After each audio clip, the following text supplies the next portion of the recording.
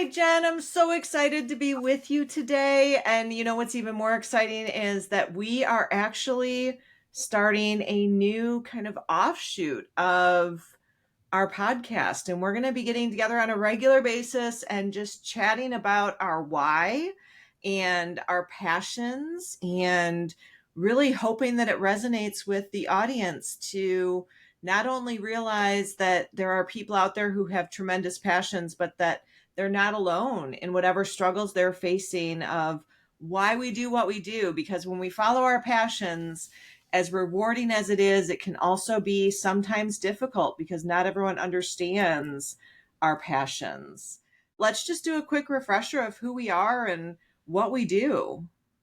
I love it. I love it. Thanks, Meg, for having me here.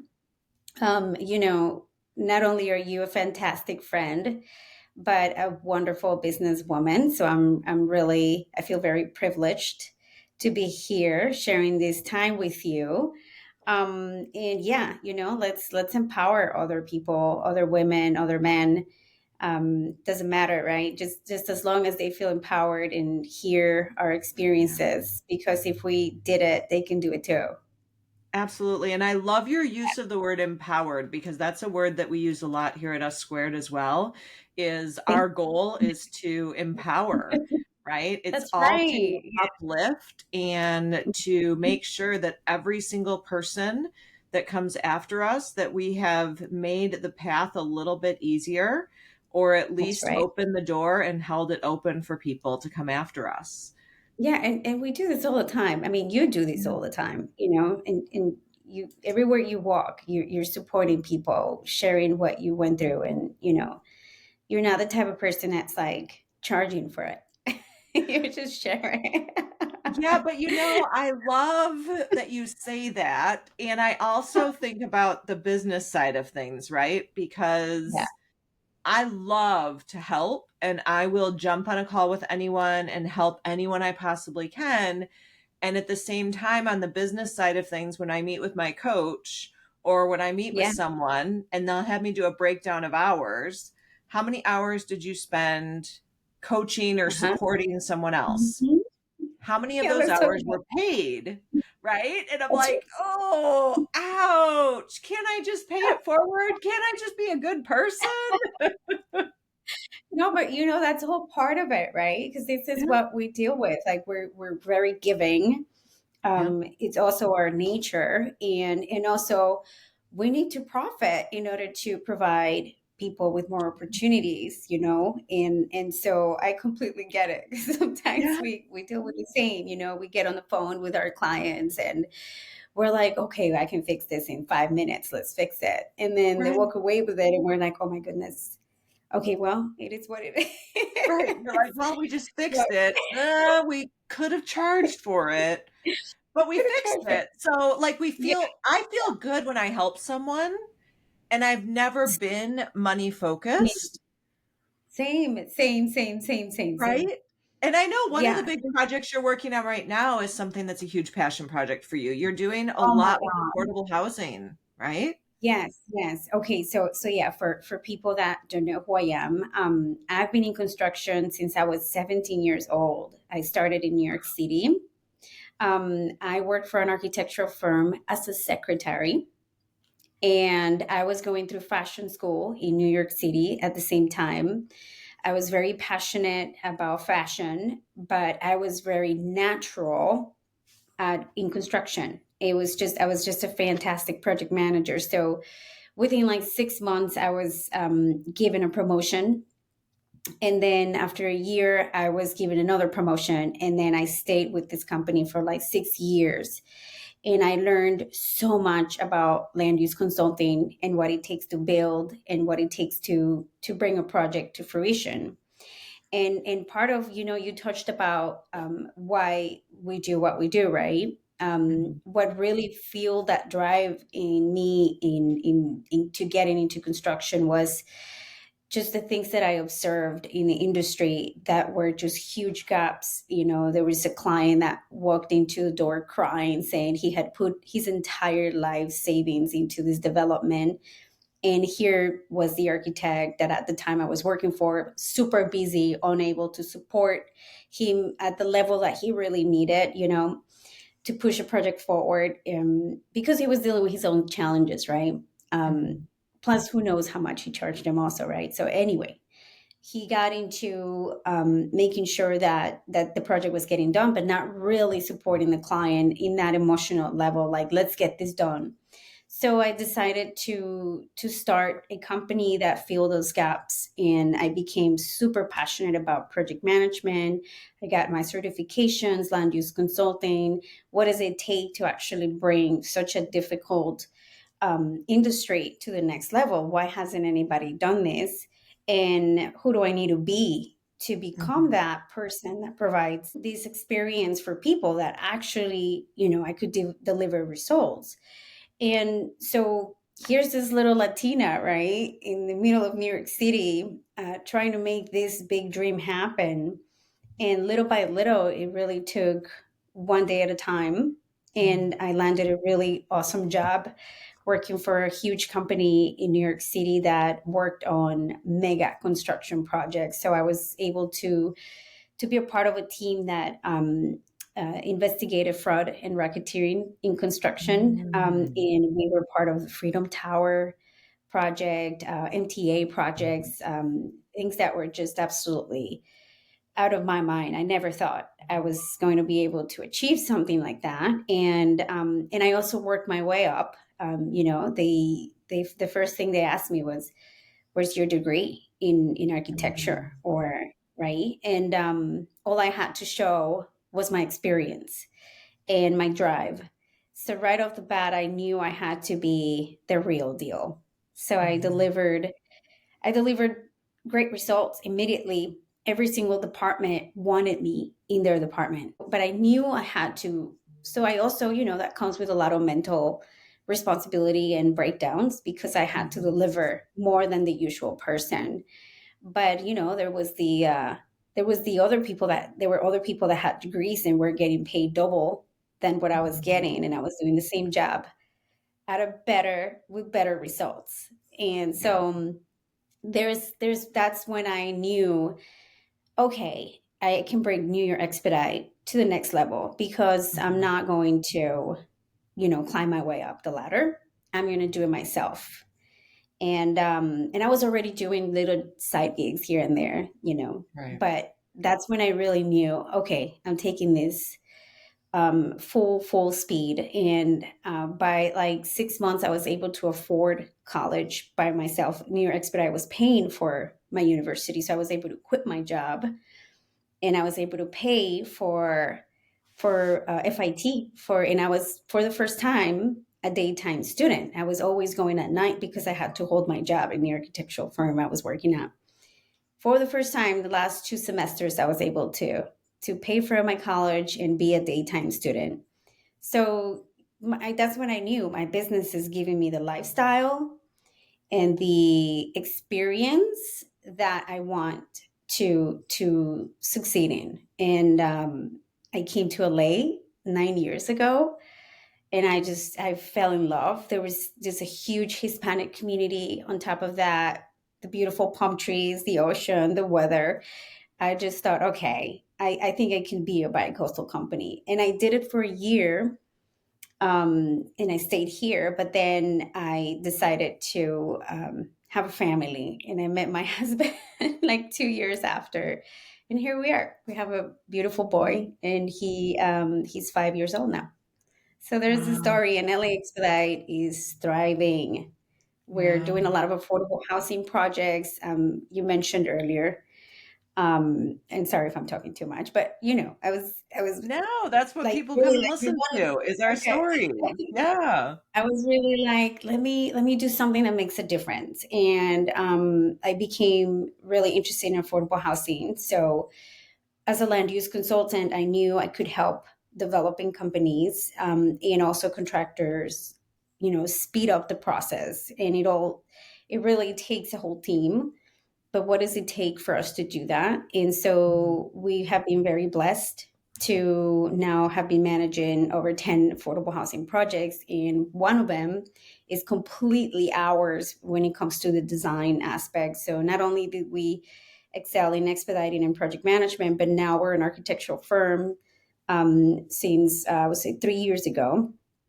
And now we're fully into everything. So we're offering the solution that I always dreamed of, everything under one umbrella, so we can control the timeline of the project and actually deliver the results people never dreamed of. So we're doing Wow. that, and I'm on webinars. I'm offering education for free, and then I'm also charging for the next one. But I'm trying to make a difference so that more developers build. There's a huge shortage of housing here in Los Angeles. It's a huge crisis, and we need about I think it's 50,000 units. We only have 15% of that so far. Wow. So it's a yeah. So it's a whole thing that is going to take all these professionals to work together and get it done. So Wow. yeah, that's what we're up to right now. Wow. That's the recap of my lifetime. My goodness. I mean, you mentioned so many things, and I think one of the pieces, number one, you can hear the passion that you have and the story of starting it because you saw that there were that one specific client, right? That just said, I'm Hmm. not getting the attention I need. And you're like, I can do Hmm. that. I can give people the attention. And we say a lot Hmm. in Us Squared that we want people to be seen, heard, welcomed, and valued. And you That's wanted to make sure that your clients and that anyone that worked with you at the time, it was for a firm that you worked with, but you didn't like knowing that the firm you worked with wasn't truly seeing or hearing the clients. that's And right. that speaks to That's your right. heart. Absolutely. Yeah, it definitely did. You know, and I think that's a mistake. That sometimes businesses make, that they don't mean to do that, but you Hmm. get so caught up into the, you know, how to land the next client and the next client, and or how do I make these happen? How do I, right? I don't know. There's Right. just a lot of issues that small businesses deal with, and that can't, and they just can't deliver that. So for me, it was like I need to focus on that, and that'll be like what's going Mhm. to take Ellie Expedite to the next level, so I Right. can, actually represent and be the real deal. Yeah, Right. And that's something that we yeah, work with all of our clients. They come to us because they want to make sure that everyone that they work with, whether it's their clients or their own employees, are seen, heard, welcomed, and valued. So we actually yeah. guide people through that process of being able to do that with their employees and with their clients. Um, And you know what I love about that what you just said, because you embody, and for people that don't know, right? Because we're friends, and we see each other, we talk on the phone, right? But you embody that. You're your company. You're like all square. You're walking around with all square in your personality, but it's just who you are, and I think that's really, for other entrepreneurs out there, or the people that we might inspire today, that's really what it takes. It's just what you're doing is who you're being, and it's not there's no storefront. It's just actually what's happening, and I feel like when people take on that little responsibility, you can go really far, make a yeah. big huge difference. Yeah. As entrepreneurs, it is a wonderful blessing, and it can also be really difficult if you don't live authentically through yourself. And That's what right. I mean by that is, as a business owner, you have the opportunity to create the values of your company. And if you don't create values that align with your own personal values, it makes it even more difficult to live authentically aligned with your business Hmm. values. So, as business Hmm. owners, we have the opportunity to align our business with everything we want to see in the world, right? With That's everything that right. we believe to be Hmm. good about the world or about the company or the organization that we are a part of. Yeah, And there's also that double edged sword on the other side of it of you have to find other people to join your team that are just as passionate about that work as you are. And I let's know talk in a about lot that. of our I mean, we met through a Yeah, entrepreneurial yeah. program. I mean, I'm the first entrepreneur in my family. I mean, I still, for the first couple years of doing Yeah, my work, everyone in my family said I was unemployed. Every family that's right. reunion, I was asked if I found a job yet. And I'm like, My wait, mom. I was like, I just took the family to Italy. How did I pay for that if I don't have a job? Like, I didn't understand it. My son, when he got to a certain age, started getting angry. He's like, why don't you just Mhm. tell them? And I'm like, they don't understand. Like, if you're not a W-2, you're unemployed. Right. That's right. At You least know, that's what it was in my family. no, no, no. Let me tell you. So totally, totally agree. And my dad had a small business as a little girl. He had a printing shop. Mm. So I lived in this commercial environment. We didn't even have like a neighborhood. It wasn't residential. That was our house. So I Wow. couldn't like go out to play, right? And I used to answer the phone as a little girl, like, and my dream was to always answer the phone. Like as a little girl, I remember thinking, that's like who I want to be, be on the phone. Love it. But my mom was more of a no, I want to go and get, by the way, all respect, right? But all I'm saying, no, I want to live an easier life. I don't want to do that. So she went to school for law school. So my dad, I because just of have my to say, dad's I'm business, sorry, I have to interrupt for a second. yeah, I want an easier life. I'm going to go to law school. Who thinks like that? Like, I want an easier life. I'm going to be a lawyer. Like, my mom,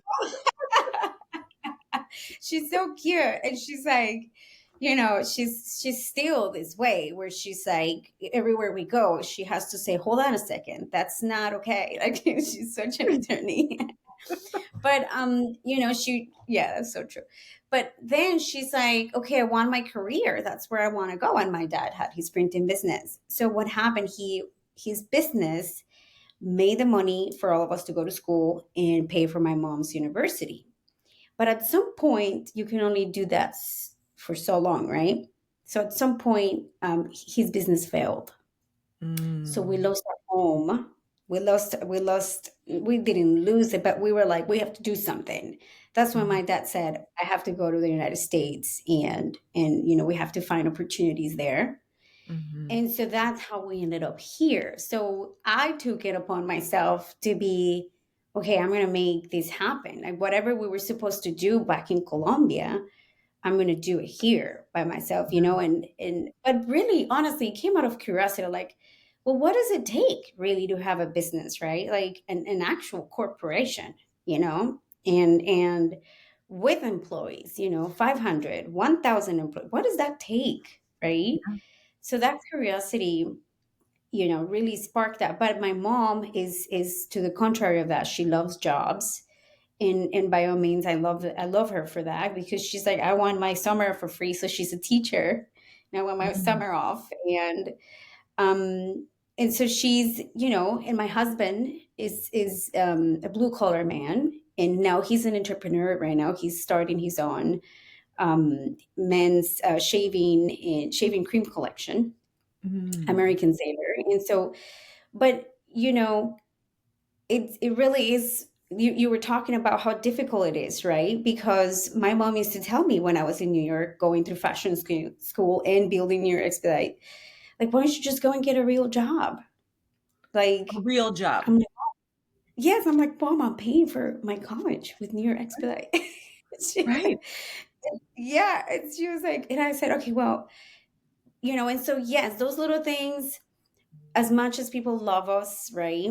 Mhm. And my mom and your family, those little things we have to disregard and keep Yeah. going, because God, thank God we didn't give up, right? Yeah. And I Right, mean, like, I knew even then, the first couple times it would hurt, right? And then I yeah. was like, you know what? They just care. Like, I'm a single mom. I had to provide for my Hmm. son. They were afraid that Hmm. I wasn't able to provide. And also, I mean, I was a superintendent of schools. I had a really good living. I was making good money. I had a great life. Right, So it was that's like, why right. would you leave a six-figure job to do Same. something that the first couple years I lost money? Like most businesses, the first couple years you lose Mhm. money. And that wasn't That's something I right. was prepared for. I thought I was a failure the first couple years. But I was like, nope, I'm Totally. going to keep doing it. I'm still able to pay the bills. We're not homeless yet. Like, we're going to be okay. Yeah. And I'm so glad I did. But the only thing Yeah. that allowed me to do that was my passion for the work and knowing that Uh-huh. it was needed. Now, at what age were That's you? good. That's Yeah, gold right there. Keep going. All right. but Yeah. at what age were you when you came to the States, Jen? I don't know if I know this. Oh, how old was I? I was 13. No English. 13. 13 years So old. So I had just 13. turned 13 in New York. Yeah. Wow. Yeah. So the Yeah. month of July, we talk about ethnocentrism with Us Squared. Ooh. And ethnocentrism is all about citizenship and language and nationality. Mhm. And what was that experience like for you? I mean, did you speak English before you came here? Did you go to an area in New York that spoke Spanish? Like, what was that like for you?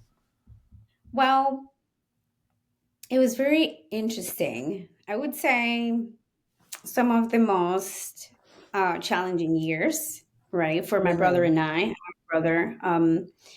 And we were new. We landed in New York. New York is what they say. It's a jungle.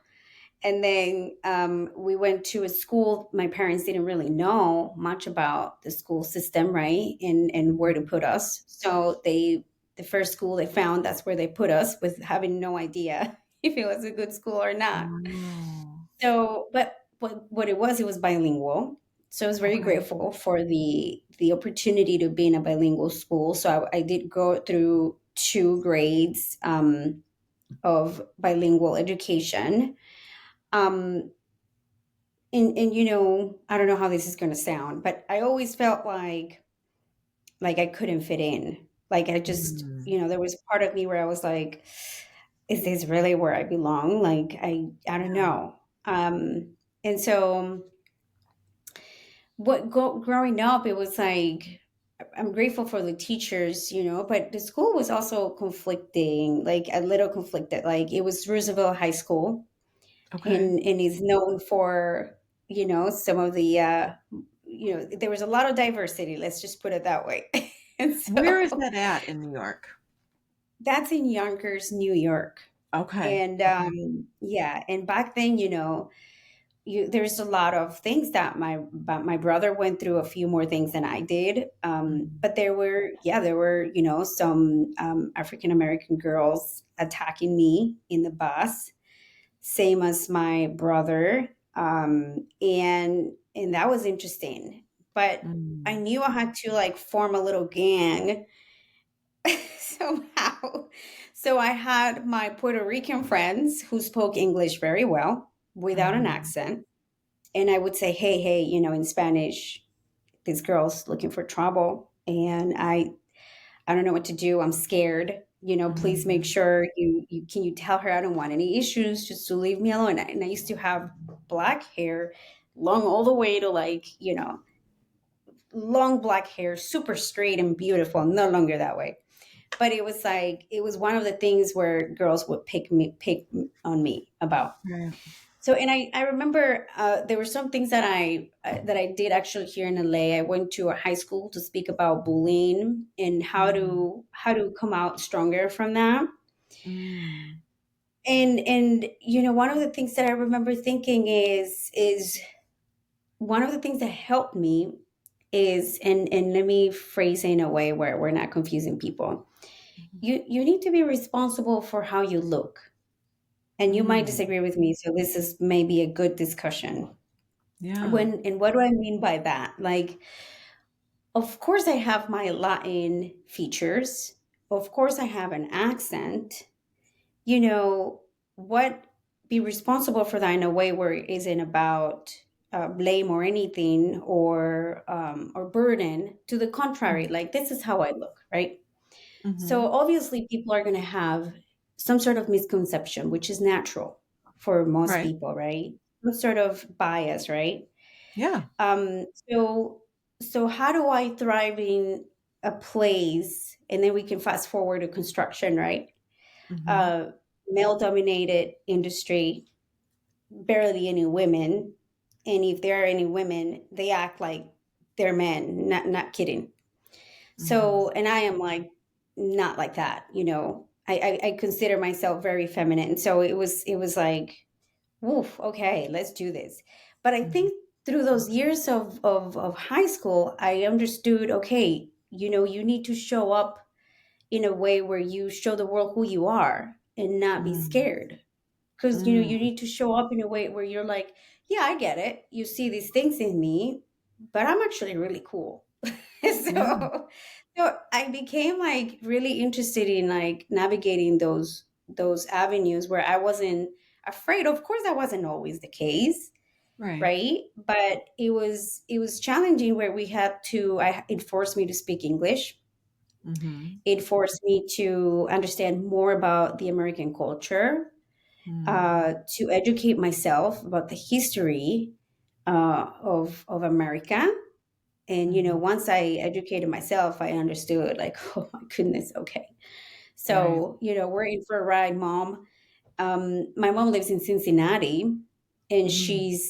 she experiences a lot of racism. And you know, I still Mm. tell her, hey, you can't take it personal. You have to come out stronger, show people that, you know, yes, I have an accent, but how are you? How's your day so far?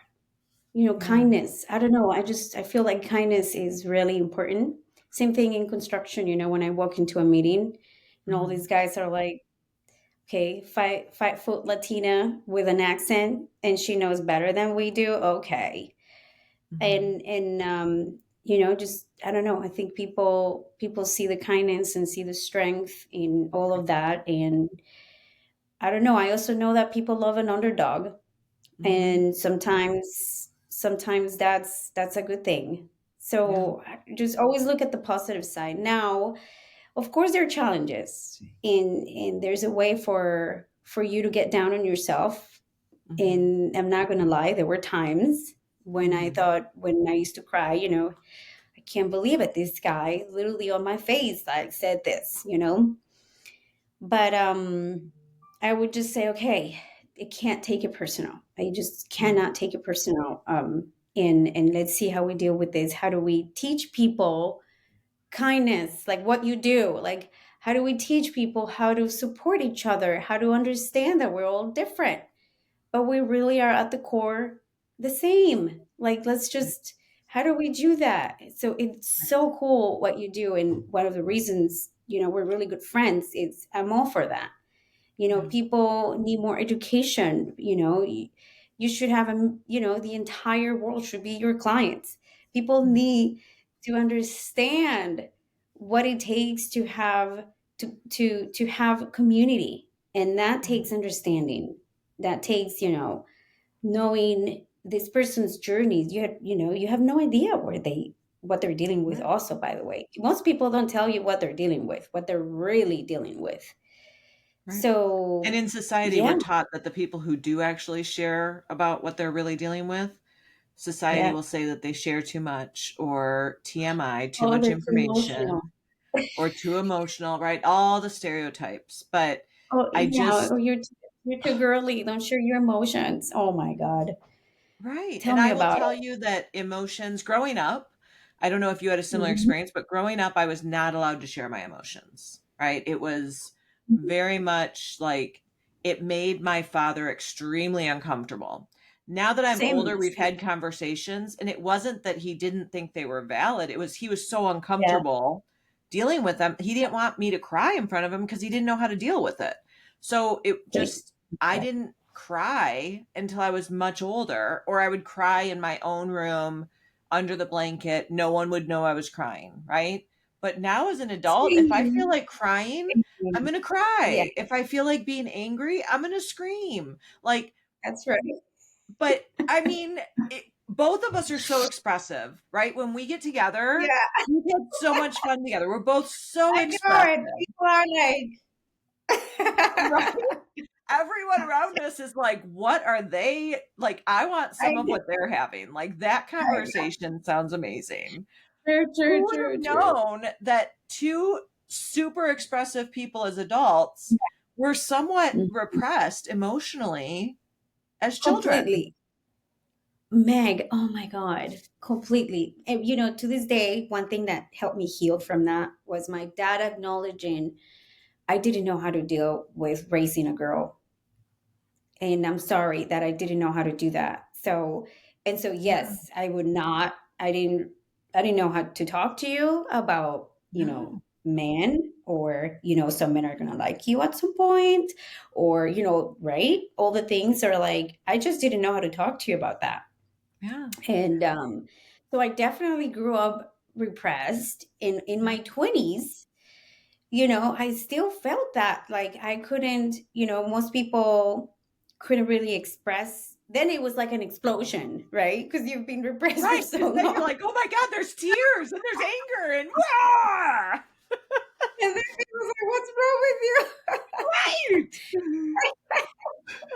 I've been repressed my whole life. so I feel like, yeah, like in my 20s, it was like not cool to share your Mhm. emotions. But I was like, no, I have to heal from this. So I used to share a lot more than I wanted to. But Right. some of my best friends would say, like, you're still dealing with that? That was like 2 weeks ago. So that's when I knew, okay, we gotta slow down. But it became like, okay, this is what it takes. Like, society wasn't ready for difficult conversations, for, childhood conversations. That's just this is new. This is Yeah. not like something that we can embrace, right? Like, I remember 2015 New York City, talking about your emotions was like, did you drink the Kool-Aid, right? Like, that was like Mm. the, right? What's going on with you? Yeah. And now there's like this beautiful mental health awareness that I absolutely embrace. Even Yeah. my toddler right now, he's like crying because I leave him at school, and I'm like, yeah, you can cry, sure, and You're you can still going feel to sad. school. You're still going to school, wipe your tears, but if you want to keep crying, got it. But have to you have to be a big boy right now. But I know that you're feeling sad.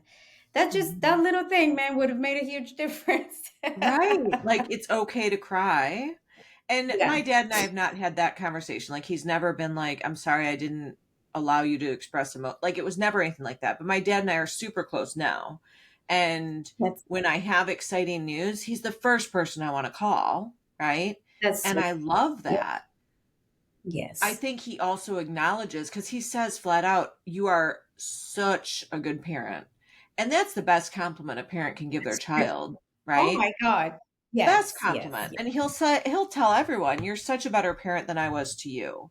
And the thing is it's Oh, not about being a better parent to my son, but to me that acknowledges to me that he understood how some of his behaviors impacted me, right? And I don't totally. blame him. I mean, that's the whole work of us squared. We can't have shame, blame, or guilt. I don't blame him. He was a much better father than his father was to him. And I hope that I'm a Yeah, much better parent to my child. And I hope my child is a much better right. parent than I was. Like, that's what we That's right. want as parents is to continue Absolutely. leaving that legacy of our children being better parents than we were. And that's the whole point. When you carry out that legacy, your life is worth living. And I'm Yeah. pretty sure our parents wanted the best for us with what they Mhm. could potentially provide, Absolutely. right?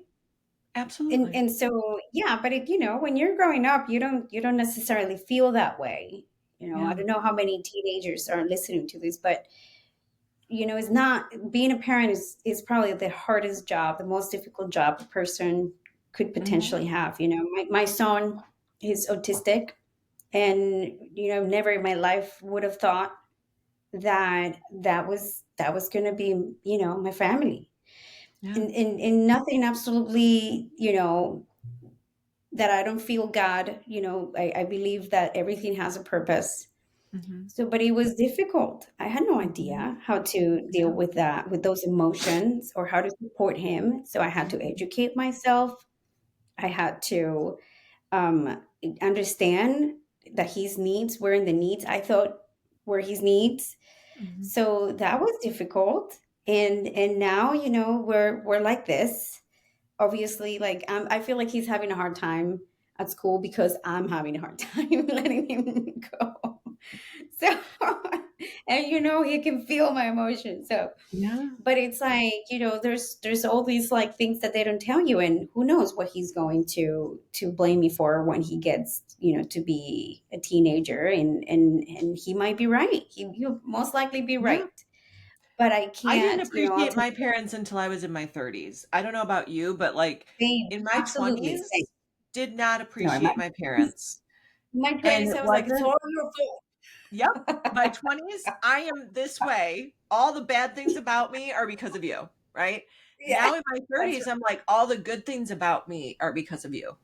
right. And you exactly. And even if somebody like doesn't have any kids, right? Like at 30s or 40s, or decides not to have kids, you still start appreciating, oh my Mhm. God, this is what they could do. This Yeah, is all they knew. And yeah, how can I blame them? There's so much going on in the background, like I have to run a business. My mhm, husband has to go to work. Um, we have to make sure he gets his therapy. All kinds of things going on. We have to pay our mortgage. We have to, oh, we need a vacation here because the boy needs to play. So there's so much going on, so much in our hands that how could I not make mistakes along the way? That's impossible. absolutely. Yeah. Yeah. Yeah. Yeah. I am Oh so my God. excited. So, Jen, what we're going to talk about when we get together, because we're going to make this a regular thing. We're getting together every I love month and it. we're talking. Yes. Let's And do it. we had said before that we were going to talk about our why and our legacy and really Okay. infuse some of the work that we're doing on a regular basis, like the pieces within our business that really give us purpose, right? Because there are Love that. things within both of our businesses that we love. And Mhm. I'll speak for myself. There are pieces in my business that I don't necessarily love. But we're going to Totally. focus on the things that make us live every day like we would Mhm. want to live it for an eternity. Oh my God, I love it.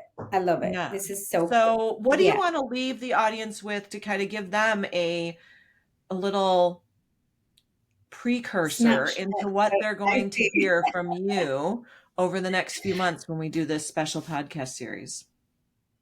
I know that this is not a conversation specifically about business, but I think that being the real deal takes personal transformation in whatever it is that you do in your life, whether that's in business or career.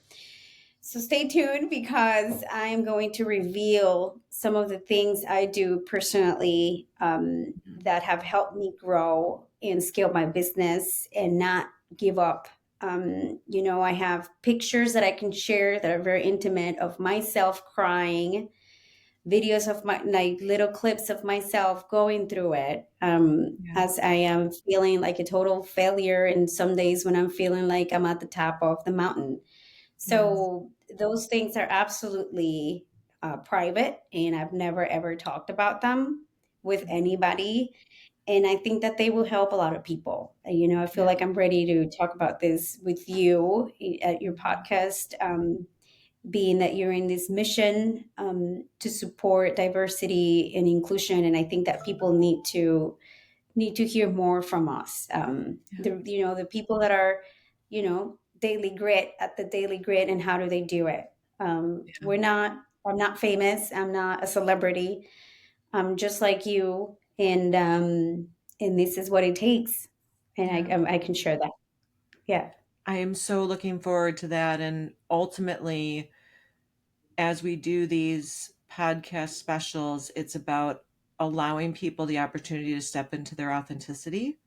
And I'm so honored that you are choosing to share your authentic story with the audience. And especially that you feel the trust and the acceptance to be able to do that. So, y'all are in for a treat. I'm telling you, every moment I spend with Jen, I am showing some kind of emotion, whether it's laughing or crying. I don't think we've had any anger between us yet, but there's always some kind of No, emotion. you have so I love many that. like tips and tricks that I love when you share with me. Yeah, people, you're in for a huge treat because Meg has these things under her sleeves, and I'm like, where did you learn this? I love Awesome, that. I am awesome. so looking forward to this. And everyone, thank you so much. We're going to post a new episode with Jen and Meg. And I usually don't go by Meg. I don't know why I allow Jen to call me Meg, and I actually like it. But everyone else who calls me Meg, I want to hurt. But I love when Jen does. But we're Oh going my to come back God, every month, buddy. and we're so excited to share more with you. So check out our social media handles below. We're going to make sure that Jen with LA Expedite and Us Great Consulting is tagged here, but we're just so excited to be able to share a little bit more of our stories with all of Yeah. you.